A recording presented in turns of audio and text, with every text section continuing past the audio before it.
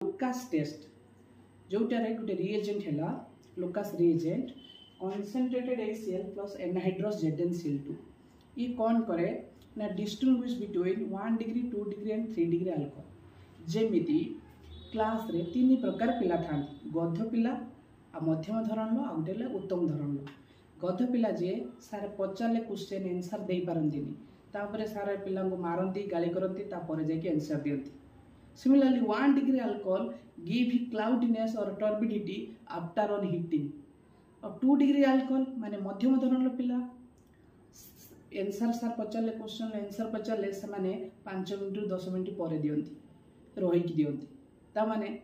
2 degree alcohol give turbidity after 5 to 10 minutes